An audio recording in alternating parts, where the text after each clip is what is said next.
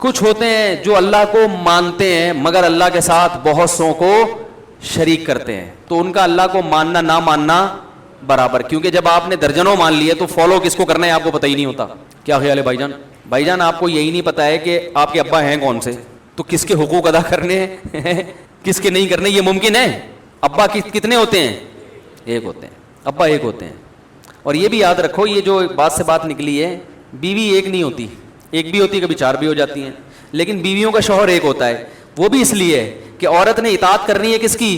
شوہر کی. اگر دو ہوں گے تو اس کو نہیں پتا چلے گا کس کی اطاعت کرنی ہے. تو حاکم ہمیشہ ایک, جس کو فالو کیا جاتا ہے وہ دنیا میں ہمیشہ ایک ہوتا ہے. اور مرد بیوی کو فالو, اسلام میں بیوی کو فالو نہیں کرتا. اگر اسلام میں حکم ہوتا ہے بیوی کو فالو کرنا ہے تو بیوی ایک سے زیادہ رکھنے کی آپ کو اجازت نہ ہوتی. بہت ٹیکنیکل پوائنٹ ہے. آج لوگ فالو کس کو کر رہے ہیں؟ ابا کو نہیں کر رہے, اماں کو نہیں کر رہے, کس کو کر رہے ہیں؟ اماں بھی ایک ہوتی ہے. کیا خیال ہے؟ آپ کہہ سکتے ہیں وہ بھی چار ہوتی ہیں, وہ چار نہیں, وہ ایک ہی ہوتی ہیں, وہ ایک سوتیلی ہوتی ہیں. باقی وہ سچی مچی کی جو اماں ہے وہ کتنی ہوتی ہیں؟ ایک. کیونکہ ماں کی اطاعت کا حکم ہے نا, تو وہ بھی کتنی ہے؟ ایک. حاکم جو جس کو فالو کرنا ہے وہ ہمیشہ ایک. آپ کے علاقے میں 2 SHO آ جائیں تو معاملہ صحیح چلے گا. تو یہ جو اللہ نے کہا نا کہ بیوی ایک بھی رکھ سکتے ہو, زیادہ بھی, یہ اس کی علامت ہے کہ بیوی کو فالو کرنے کا حکم نہیں ہے. تو پھر کیا کریں بھائی؟ محبت کرنے کا حکم ہے. محبت الگ چیز ہے, فالو کرنا الگ چیز ہے, اور اس کے حقوق کا خیال کرنا الگ چیز ہے. حقوق کا خیال کرنے کا حکم ہے, محبت کا حکم ہے, اس کی فرمائشیں ضرور پوری کریں, لیکن اس کی اطاعت کے اہم معاملات میں بیگم کا فیصلہ آخری فیصلہ ہوگا. اس کا شریعت نے معذرت کے ساتھ ہمیں حکم نہیں دیا, بلکہ اہم معاملات میں آپ کا فیصلہ حرف آخر ہوگا. آج گھروں میں طلاقوں کا جو ریشو بڑا ہوا ہے اس کی بہت بڑی وجہ یہ ہے کہ گھر میں پتہ ہی نہیں ہوتا کہ اس گھر کا سربراہ کمبخت ہے کون. لوگ مجھے کہتے ہیں کہ آپ ایسی باتیں کر کے گھروں میں لڑائیاں لڑواتے ہیں. میں لڑائیاں کم کروا رہا ہوں ایسی باتیں کر کے. جس گھر میں سربراہ کا تعین نہ ہو سکے کہ یہ ہے کون اس گھر کا چلانے والا, کس کی سنی جائے گی, تو وہ گھر کبھی چل سکتا ہے؟ بھائی ایک کمپنی میں آپ کو یہ نہیں پتا کہ اس میں مینیجر ہے کون, باس ہے کون آپ کا, یہ والا باس ہے, یہ وہ باس, تو آفس چل سکتا ہے؟ تو گھر بھی نہیں چل سکتا. تو طلاقوں کا جو ریشو ہے نا, یہ صرف محبت کے بیانات سے ختم نہیں ہوگا. لوگ کیا کرتے ہیں جب گھروں میں جھگڑے ہو رہے ہیں تو میاں بیوی کو محبت کا حکم دیتے ہیں, محبت سے رہو, محبت سے رہو, محبت سے رہو. یہ حل نہیں ہے. یہ ایسے ہی ہے جیسے آپ پولیس اور عوام کو محبت سے رہنے کا حکم دے دو, تو اس سے مسائل حل ہو جائیں گے. پبلک کو یہ بتایا جائے گا بھائی پولیس والے سے محبت بھی کرنی ہے, لیکن جب آرڈر آئے گا تو آرڈر عوام کا نہیں چلے گا, کس کا چلے گا؟ تھانے دار کا چلے گا. اس کے سامنے پھر آپ کو چونو چرا کی اجازت بولو نا نہیں ہے. محبت سے آفس میں بھی رہنا چاہیے ہمیں. کیا خیال ہے؟ تمام امپلائز کو چاہیے آپس میں محبت کریں, باس کو بھی چاہیے امپلائز کے ساتھ محبت, اور امپلائز کو بھی چاہیے باس کے ساتھ محبت, لیکن پھر بھی جھگڑے ہو رہے ہیں.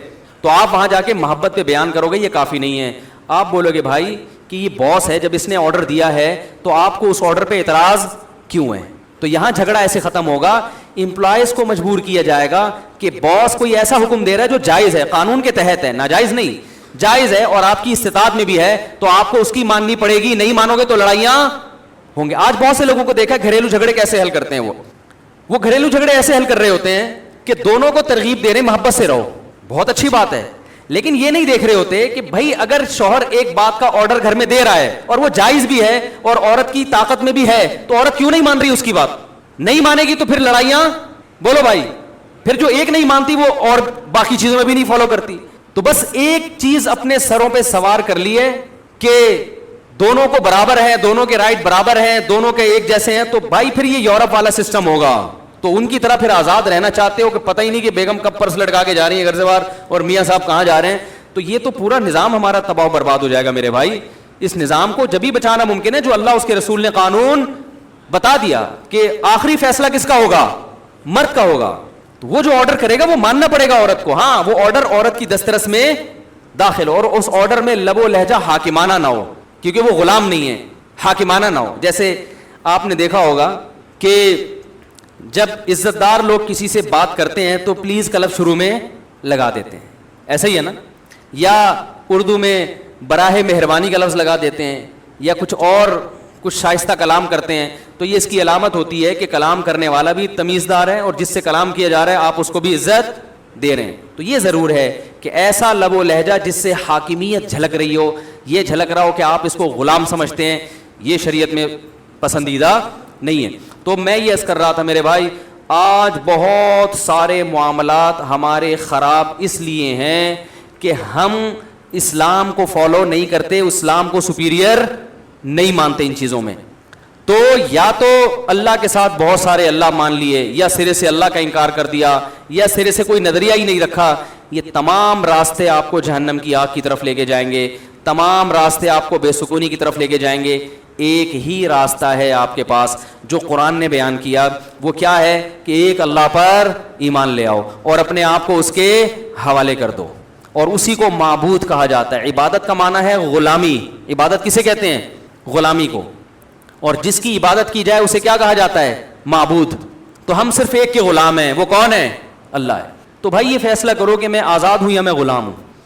تو میں نے جو آیت پڑھی نا قرآن مجید کی, افرأیت من اتخذ الہہ ہواہ, اس آیت میں اللہ نے بتایا ہے کہ جو کسی کو معبود نہیں مانتا اور یہ کہتا ہے میرا کوئی معبود نہیں ہے, جو فری تھنکر ہیں یا اللہ کا انکار کرنے والے ہیں, اللہ فرماتے ہیں یہ جھوٹ بولتے ہیں, ان کا بھی معبود ہے. یہ جو کہتے ہیں نا میرا کوئی معبود نہیں, میں کسی کو فالو نہیں کرتا, یہ جھوٹ بولتے ہیں. آپ حیران ہوں گے بھائی وہ تو خود کہہ رہے ہیں کہ ہم نہیں مانتے. اللہ اگر یہ کہتا کہ یہ غلط کہتے ہیں تو ہم کہتے ہیں بھائی واقعی غلط کہہ رہے ہیں, اللہ تو ہے. لیکن اللہ کہتے ہیں کہ یہ کیا کہہ رہے ہیں, یہ ان کا دعویٰ یہ ایسا ہے نہیں, یعنی یہ مانتے ہیں معبود کو. ارے عجیب بات ہے نا, ایک آدمی کہہ رہا ہے میں نہیں مانتا, آپ کہہ رہے ہو نہیں تو مانتا ہے, وہ کہہ رہا ہے میں جھوٹ بول رہا ہوں کیا, میرے دل کی حالت تو میں ہی جانتا ہوں نا. اللہ کہہ رہے ہیں کہ نہیں, ان کے دل کی حالت تم نہیں جانتے, یہ خود بھی نہیں جانتا, میں جانتا ہوں. یہ جو کہہ رہے ہیں میں کسی کو معبود نہیں مانتا, غلط کہہ رہے ہیں. یہ اپنی خواہشات کو خدا بنا کے بیٹھے ہوئے ہیں. دیکھو معبود اسے کہتے ہیں, آپ جب کسی کے غلام ہو نا, تو جب وہ کسی بات کا آرڈر کرتا ہے تو اس آرڈر کے پہ چلنے کے لیے لاجک نہیں پوچھی جاتی. دیکھو دوست آپ کو آ کے کہے گا کہ یہ کام کرو, آپ کہیں گے کیوں, کیا خیال ہے بھائی کیوں کروں, وہ وجہ بیان کرے گا. لیکن تھانے دار آیا اور کہہ رہا ہے موبائل میں بیٹھو, تو آپ ایک دو دفعہ پوچھ تو لیں گے بھائی احتیاطاً کیوں, لیکن وہ وجہ بتانے کا پر مکلف, وہ کہے گا تھانے میں چل کے بتاؤں گا, تو بیٹھنا پڑے گا نا آپ کو. وہ کارڈ دکھائے گا بھائی میں تھانے دار ہوں, میں وردی میں آیا ہوں, مجھے حکومت نے اجازت دی ہے کہ میں آپ کو, میرے پاس عدالت سے نوٹس آیا کہ اس بندے کو اٹھا کے لے آؤ. تو آپ کو مطمئن کرنا ضروری نہیں ہے, عدالت نے نوٹس بھیجا اس کو اٹھا کے لے آؤ. کیا خیال ہے؟ دوبارہ بتا دیتا ہوں, وہ بھی سمجھ میں نہیں آیا. تھانے دار آیا, فرض کرو گیٹ پہ کھڑا ہوا ہے, بولے باہر آئے. آپ باہر آئے کہ نہیں, موبائل میں بیٹھے ہیں, یہ عدالت نے نوٹس دیا ہے کہ اس بندے کو اٹھا کے لے آؤ, اریسٹ کرو. آپ کہیں کیوں, وہ کہیں ایکچولی بات یہ تھی کہ آپ پر چوری ثابت ہوئی ہے. آپ کہیں نہیں یہ بالکل غلط ہے. وہ کہے, اب تھانے دار کہہ رہے ہیں وہ اصل میں عدالت میں گواہوں نے سے ثابت کیا. آپ کہہ رہے ہیں وہ گواہوں کو میں جانتا ہوں, وہ تو خود چور ہیں. اب ایس ایچ او صاحب کہہ رہے ہیں کہ بھائی وہ اصل میں نہیں, ایسا نہیں ہے, یہ بات ثابت ہو چکی ہے کہ وہ چور نہیں ہے, آپ چور ہیں. آپ کہہ رہے ہیں نہیں آپ کو غلط انفارمیشن ملی ہے. وہ کہہ رہے ہیں بھائی شناختی کارڈ پہ جو نام ہے وہی آپ کا نام ہے, عدالت نے جو نوٹس بھیجا, ایڈریس بھیجا وہی ہے. کہہ رہے ہیں نہیں وہ اصل میں وہ سیم نام کا ایک اور بندہ دوسرے محلے میں بھی رہتا ہے. تو وہ ایس ایچ او صاحب کے پاگل ہونے کی علامت ہے نا, ہیں کیا خیال ہے؟ وہ آپ کو وہ کیا کر رہے ہیں, اب کہہ رہے ہیں یار کرسی لے آؤ, ادھر سے چائے لے آؤ, میں اس کو بیٹھ کے سمجھاتا ہوں. جب یہ سمجھ جائے گا تو میں اس کو اریسٹ کروں گا, کیونکہ یہ ایک آدمی کی سمجھ میں ہی نہیں آ رہا میں اس بیچارے کو اریسٹ کیوں کروں. ایسی کوئی پولیس دنیا میں دیکھی آپ نے؟ کیا ہو گیا بھائی. لیکن یہی کام ہوتا ہے, آپ کا کوئی دوست آتا ہے یا ویسے کوئی ان نون پرسن آیا, وہ آ کے کہتا ہے گاڑی میں بیٹھو, آپ پوچھیں گے نا کیوں, وہ کہے گا آپ چور ہو, آپ بولیں گے کس نے کہہ دیا. اب بحث کرنا بنتا ہے. کیا خیال ہے بھائی؟ تو جب آپ کسی کو گاڈ مان لیتے ہیں, خدا مان لیتے ہیں, تو جب وہ آرڈر دے گا تو بحث کرنا نہیں بنتا. نہیں آ رہی بات؟ پھر بحث کرنا نہیں بنتا. پھر بھائی وہ پھر گاڈ ہونے کا فائدہ کیا, خدا ہونے کا فائدہ کیا اس کا, معبود ہونے کا, آپ کے غلام اور اس کے آقا ہونے کا فائدہ کیا رہا ہوا. اگر اس کو بھی سمجھانا ہے ہر چیز یہ کرو یہ نہیں کرو, جیسے میں نے بھی بات کی نا, گھر کا سربراہ کون ہے؟ قرآن کے مطابق مرد ہے. اب خواتین بحث کرتی ہیں, تو بھائی اگر آپ نے بحث کرنی ہے تو اسلام چھوڑ دو. اب بولے میں مسلمان نہیں ہوں, میں اسلام کو نہیں مانتی, میں اللہ کو نہیں مانتی, میں قرآن کو نہیں مانتی, ختم. پھر انگریز بن جاؤ تو پھر آپ کو سمجھایا جائے گا یہ ایکچولی یہ, تو پھر آپ کی بحث, تو وہ پھر بحث کر کے انہوں نے کہا کوئی کسی کا سربراہ نہیں ہے. وہ انگریز نے کہا اتنی گھنٹے لگا کے کون سمجھائے گا یار کون سربراہ ہے, تو انہوں نے کہا کوئی سربراہ نہیں ہے, لائف کو بس کیا کرو, انجوائے کرو, ٹھیک ہے نا. تو انہوں نے ان ٹینشنوں سے اپنے آپ کو آزاد کر لی. تو ساری ٹینشن اسلامی معاشرے میں اور خاندانی نظام کو بچانے کے لیے. آپ میرے پاس ایسے کیس بھی آتے ہیں, میاں صاحب گھر میں خرچہ ہی نہیں دے رہے, تو ان کو جب کہا جائے بھائی خرچہ تو آدمی کے ذمہ ہے, وہ کہے نہیں اتنا کماتی ہے, اتنی ماشاءاللہ اللہ نے اس کو نوازا ہے, اتنے ابا سے, تو مجھ سے کیوں مانگتی ہے. تو ہم ان سے کہیں گے بھائی جان خدا کا حکم کیا ہے کہ ذمہ داری کس کے کندھوں پہ ہے. میں نے کہا بھائی آپ کی بیگم کو 3 کروڑ کے پلاٹ بھی اگر وراثت میں ملے ہو نا تو پھر بھی, اور آپ رکشا چلاتے ہو, پھر بھی ذمہ داری آپ پر ہے, اس پر نہیں. کہ نہیں کیوں تو کیوں کا مطلب ہے کہ آپ اللہ کو اللہ بولو نا نہیں مانتے. بھائی اللہ کو اللہ ماننے کو, اللہ نے کہہ دیا ایک نظام بنا دیا تو آپ کو فالو, آپ کی سمجھ میں آئے یا نہ. اللہ نے کہا بہن کو وراثت دو, کہا نا اللہ نے. ابھی دیکھو ایک خاندانی لوگ آئے تھے, ابھی انہوں نے ایک مسئلہ پوچھا کہ ہمارے والد صاحب, ابھی جمعے کی نماز سے پہلے انہوں نے کہا کہ ہمارے والد صاحب نے زندگی میں ہماری بہن کو پورا ایک مکان دے دیا تھا اور کہا تھا کہ میرے مرنے کے بعد اب تمہارا وراثت میں حصہ نہیں ہے کیونکہ میں زندگی میں تمہیں دے رہا ہوں. والد صاحب کا انتقال ہو گیا, اب وراثت میں ایک مکان ہے. تو بھائی مجھ سے پوچھ رہے ہیں کہ کیا اس بہن کا حصہ ہوگا کہ نہیں ہوگا. میں نے کہا بھائی ہوگا. میں نے کیا کہا بھائی ہوگا. وہ کہہ رہے ہیں نہیں وہ تو ایگریمنٹ ہوا تھا, بہن بھی اس پہ راضی تھی کہ میں یہ مکان لے رہی ہوں اور مرنے کے بعد میں حصہ نہیں لوں گی. میں نے کہا یہ ایگریمنٹ شریعت میں کل عدم ہے, اس کی کوئی حیثیت نہیں ہے کیونکہ جو حق آپ کا ابھی ہوا ہی نہیں ہے آپ پہلے سے اس سے دستبردار نہیں ہو سکتے. میں آپ سے کہوں کہ فیوچر میں جتنے پیسے آپ کے ذمے میرے ہوں گے وہ ابھی سے میں نے معاف کر دیے, وہ نہیں معاف ہوتے. جب پیسے ہوں گے تو پھر معافی کا اعتبار ہوگا. تو وراثت کا حق آتا ہے باپ کے مرنے کے بعد, تو بہن کا ابھی حصہ آیا ہی نہیں ہے تو وہ معاف پہلے سے ہو ہی نہیں سکتا.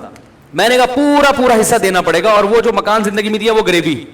اب ایسے موقع پہ عام طور پہ لوگوں کے چہروں پہ آ جاتی ہیں سلوٹیں, سوال کرتے ہیں کیوں ہمارا اتنا نقصان, ہم تو دھوکے میں آ گئے. لیکن یہ بڑے خاندانی لوگ تھے, انہوں نے کہا ٹھیک ہے ہم اس کو حصہ دیں گے, بس ہم یہ پوچھنا چاہ رہے تھے اسلام کیا کہتا ہے. سمجھ میں آ رہی ہے بات؟ نہیں آ رہی ہے. تو بھائی اللہ کا مطلب ہی یہی ہے کہ جب ایک بات اللہ نے کہہ دی وراثت کی, تو اللہ نے قرآن میں اصول بیان کر دیے نا کہ مرنے کے بعد ہے, وہ زندگی میں نہیں ہے. تو یہ خاندانی لوگ ہوتے ہیں, کم از کم ایک طرف تو ہوئے ہوئے ہیں نا. ایک ہمارا تو پتہ ہی نہیں چل رہا کہ کدھر ہیں ہم لوگ, ہیں کیا. ایک بحث لامتناہی شروع ہو جاتی ہے. تو جب اللہ کو اللہ مان لیا تو اللہ کے احکام میں یہ کہنا کہ کیوں انشورنس حرام ہے نا, کیوں اسلام میں صحیح بخاری صحیح مسلم کی حدیثیں ہیں, غرر بھی حرام, قمار جوا بھی حرام اور سود بھی حرام. اس کی وجہ اللہ نے نہیں بتائی, حکمتیں بتائی ہیں لیکن اصل وجہ یہی ہے کہ بس اللہ نے حرام کر دیا. اب انشورنس میں بھائی یہی ہو رہا ہے, ابا مر گئے تو پیسے ملیں گے, نہیں مرے تو وہ رقم انشورنس کمپنی کا پروفٹ کمانے کا یہ طریقہ شریعت میں حلال بولو بھائی نہیں ہے. کہ ان کی گاڑی کو ٹکر لگ گئی تو انشورنس کمپنی کا نقصان, ٹکر نہیں لگی تو کلائنٹ کا نقصان, کہ اس کی ساری قسطیں انشورنس کمپنی کھا جائے گی. یہ کون سا طریقہ ہے پیسے کمانے کا بھائی؟ ایک صاحب مجھے کہنے لگے میرا اس بیٹے کی میں نے انشورنس کروائی ہوئی ہے کروڑوں روپے کی, یہ مر گیا کروڑوں روپے ملیں گے.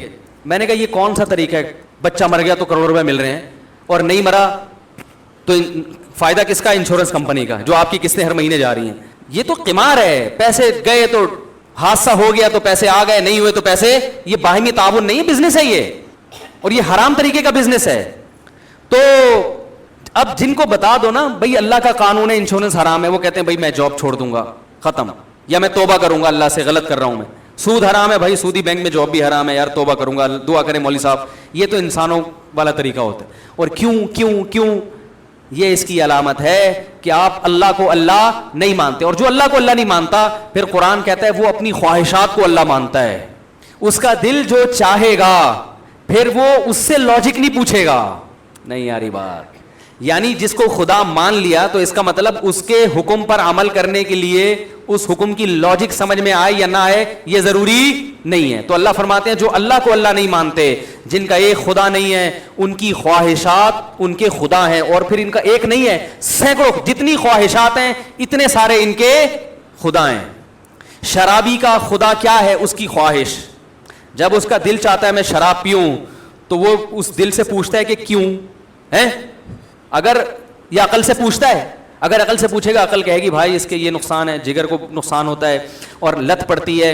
یہ جو تم سکون کی تلاش میں شراب پی رہے ہو اس سے تمہیں شراب کی لت پڑے گی, تمہیں ہر تھوڑی دیر بعد دوبارہ سکون چاہیے گا. اچھا چلو تم پی کے بہکتے نہیں ہو ہیں ٹھیک ہے نا, تم اتنی پیتے ہو کہ کنٹرول میں رہتے ہو, تو کنٹرول میں رہنے کا بھی اس کے بھی نقصانات ہیں, کنٹرول میں رہ کے پینے کے بھی نقصانات. پھر آپ یوٹیوب پہ سرچ کریں کہ جن ملکوں میں شراب الاؤ ہے, شراب کی وجہ سے کتنے قتل ہوتے ہیں, کتنے ایکسیڈنٹ ہوتے ہیں. میں ایک پی آئی اے کے پائلٹ سے میری دوستی ہو گئی, میں نے ان سے پوچھا کہ میں نے کہا امریکہ میں تو اتنی شدید سیکیورٹی ہے, وہاں ہوائی جہاز کے حادثے کیسے ہو جاتے ہیں؟ وہ تو اتنے ایکوریسی کا وہاں کا سسٹم ہے. چلو ہمارے یہاں ٹرین ادھر سے ادھر ٹکرا گئی کیونکہ وہ جو کھینچنے والا تھا وہ اتفاق سے زیادہ گٹکا کھا لیا تھا اس نے, یا وہ سو گیا تھا, اور اس کو یہ بھی پتا تھا کہ ٹرینوں کو آپس میں ٹکرا دو, کیس ویس کچھ بھی نہیں بنے گا. تو بہت کچھ ہو جاتا ہے نا, وہ چیچڑے اڑا دو, یہ کر دو, وہ کر دو, تو کتا سامنے آ گیا ہے بھائی کیا خیال. تو ہمارے یہاں تو بہت کچھ ہو رہا ہے, ان کے یہاں اتنا ایسی دھاندلی نہیں ہوتی. ہمارے یہاں تو وہ جو جہاز گرا تھا نا جس میں جنید جمشید شہید ہو گئے, مجھے ایک PIA کے عملے کے کسی شخص نے بتایا کہ پہلے بتا دیا گیا تھا کہ اس کا انجن صحیح نہیں ہے, یہ گر سکتا ہے, اس کے باوجود وہ جہاز اڑایا گیا ہے. یار دنیا میں کہیں ایسی دھاندلی ہوتی ہے بھائی, بتایا اور پھر کیس بھی نہیں بنا کوئی. یعنی یہ اس سے بڑا جرم ہے, یہ اس سے بڑا جرم ہے. وہ اوپن ہی نہیں کیا گیا پبلک کے سامنے کہ یہ جہاز گرا کیوں. وہ بلیک باکس ہوتا ہے نا, اس میں تو ساری ریکارڈنگ ہے, وہ یہاں کھلا ہی نہیں ہے, کوئی پوچھنے والا نہیں ہے. تو کیا کہہ رہا تھا میں, یہ کہاں سے بات آ گئی, ہاں میں یہ کہہ رہا تھا. تو میں نے وہ پائلٹ سے پوچھا, میں نے کہا یار وہ امریکہ میں اتنے جہاز جو وہاں بھی ظاہر گر جاتے ہیں, انہوں نے کہا وہاں زیادہ تر حادثات ہوتے ہیں پینے کی وجہ سے. حالانکہ پینے کے بعد ٹیسٹ ہوتا ہے, زیادہ تو نہیں پی رہی, اس کے باوجود بہت کچھ ہو جاتا ہے. پی کے پتہ ہی نہیں کہ پائلٹ کو وہ ایک چرسی سے کسی نے پوچھا نا کہ ہم نے سنا ہے کہ تم لوگ چرس پی کے تمہیں ایسا لگتا ہے جیسے ہم چاند پہ ہیں, کیا ایسا ہی ہے؟ اس نے کہا تو ابھی کہاں بیٹھا ہوں میں, ہے بھائی ابھی کہاں بیٹھا ہوں, ابھی چاند پہ ہی تو بیٹھا ہوں. کیا ہوا ہے؟ اچھا, یہ پہلے بتاتے نا. لندن میں اجتماع ہو رہا ہے بھائی, تبلیغی اجتماع ہو رہا ہے. علماء کرام اور اکابرین کرام پاکستان, انڈیا اور ساؤتھ افریقہ سے شرکت کے لیے آ رہے ہیں. مولانا ابراہیم صاحب, مولانا عبید اللہ خورشید صاحب, مولانا سلیمان قطانی صاحب, اور پروفیشنل کی جماعت علی گڑھ یونیورسٹی سے بزرگ حضرات مولانا احمد لاٹ صاحب. تو لندن میں اجتماع ہو رہی ہے. لندن والوں کے لیے انہوں نے کہا تھا کہ تبلیغ والوں نے تو نہیں کہا, تبلیغ والے اعلان نہیں کرواتے, وہ کہتے ہیں بس اخپل طریقے سے تبلیغ کرتے رہو, اسی سے جتنا ہو جائے. تو ایک ہمارے ساتھی اصرار کر رہے تھے کہ اعلان کر دیں لندن میں اجتماع ہو رہا ہے. بھائی لندن والوں سے تمام حضرات سے گزارش ہے ٹھیک ہے کہ اجتماع میں زیادہ سے زیادہ شریک ہو. تو غیر مسلم ممالک میں تو زیادہ انسان کو ضرورت ہوتی ہے کہ ایسی کسی گیدرنگ میں شریک ہو. تو بات کو سمیٹ کے ختم کرتا ہوں. تو اب شراب پینے والا شراب پہ 10 قسم کے لیبل لگا لے گا اچھائی کے. وہ اس لیے لگا رہا ہے کہ اس نے اپنی خواہش کو اپنا خدا, اس کی خواہش کہہ رہی ہے پیو, تو بھائی سمجھ میں آئے نہ آئے کرنا کیا ہے, بولو نا, پینا ہے. جو زنا کرنے والا ہے اس کی سمجھ میں آئے نہ آئے اس نے زنا کرنا ہے, کیونکہ خواہش کو خدا بنا لیا اس نے. جس نے چوری کرنی ہے وہ چوری کرتا ہے. آپ اس سے 100 چیزیں پوچھیں, اچھا ان کی جب چوری ہوتی ہے تو پریشان ہوتے ہیں. یہ ڈاکو سے جب کوئی گن پوائنٹ پہ کچھ چھین کے لے جائے تو گالیاں دے رہا ہو, تو یہ ہو رہا ہے ملک میں ہیں, یہ ناانصافی ہو رہی ہے. تو یہ جب اپنے ماں باپ کے ساتھ برا سلوک کرتے ہیں تو اس کو جائز قرار دے دیتے ہیں. لیکن ان کا چھوٹا بھائی بھی ان سے بدتمیزی سے بات کرے تو ان کا میٹر گھوم جاتا ہے. تو جو اللہ کو رب نہیں بناتا وہ کس کو خدا بناتا ہے بھائی؟ وہ خواہشات. تو یہ خواہشات ہیں جن کے پیچھے دنیا چل رہی ہے. تو انہی لوگوں کے بارے میں قرآن نے کہا اولئک کالانعام, یہ جانوروں اور چوپایوں کی طرح ہیں, کیونکہ خواہشات کو خدا جانور بناتا ہے, انسان نہیں بنا. جانور کا جب جو دل چاہے گا نا اس کی لاجک نہیں دیکھتا. آپ دیکھیں درندے کیسے جانوروں کو بے دردی سے کھاتے ہیں. جنگل میں آپ دیکھیں کہ کسی جانور کا شکار کیا, انسان جب جانور کاٹتا ہے چھری گلے پہ چلائے گا اس کے, تاکہ تکلیف کم سے کم ہو, بلڈ نکلے تو جلدی اس کی روح نکل جائے. لیکن جانور جب کسی کو کاٹتے ہیں تو کچھ تو گردن سے پکڑتے ہیں, کچھ جہاں سے آ جائے بس پکڑ کے چیر پھاڑ شروع کر دیتے ہیں. تو ان کو اپنی خواہشات پوری کرنی ہے, تبھی ان کو درندے کہا جاتا ہے. انہیں کسی میں رحم یا کوئی ایسا جذبہ نہیں ہے ان کے اندر. اس لیے اللہ نے فرمایا کہ جو اپنی خواہشات کو پورا کرتے ہیں اولئک کالانعام, یہ جانوروں کی طرح چوپایوں کی طرح, بل ہم اضل, بلکہ ان سے بھی زیادہ بدتر, کیونکہ اس کو تو اللہ نے سمجھ دی ہے, انہیں سمجھ نہیں دی. یہ تو مہذب ہے, وہ مہذب نہیں ہے. تو اللہ کی نظر میں خواہشات کے پیچھے چلنے والا گدھوں اور کتوں سے بدتر, چاہے وہ 3 پیس اور سوٹ اور ٹائی میں کیوں نہ گھومے. ہمارے ہاں انسان کی عزت کا معیار اس کا لباس اور دولت بن چکی ہے. اچھا سوٹ ہوگا, لباس اچھا ہوگا, گاڑی اچھی ہوگی, لوگ کہتے ہیں ماشاءاللہ بڑا اچھا انسان ہے بھائی, اس کے ساتھ رشتے بھی کریں گے, اس کے ساتھ دوستی بھی کریں گے. رکشے اور ٹماٹر بیچنے والوں کو لوگ اچھا انسان نہیں سمجھتے.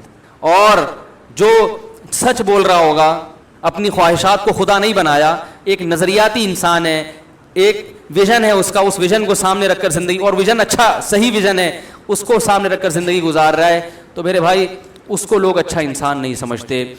وہ اس کی غربت کو دیکھتے ہیں, اس کے کپڑوں کو دیکھتے ہیں, اور اس کی جو ہے نا جہالت کو دیکھتے ہیں. جہالت سے مراد جس کو عرف میں جہالت, حالانکہ وہ شریعت کی نظر میں وہ پڑھا لکھا ہے, پی ایچ ڈی ڈاکٹر, وہ شریعت کی نظر میں پڑھا لکھا نہیں ہے اگر وہ چور ہے تو. اور ایک جاہل آدمی وہ شریعت کی نظر میں پڑھا لکھا ہے اگر وہ چور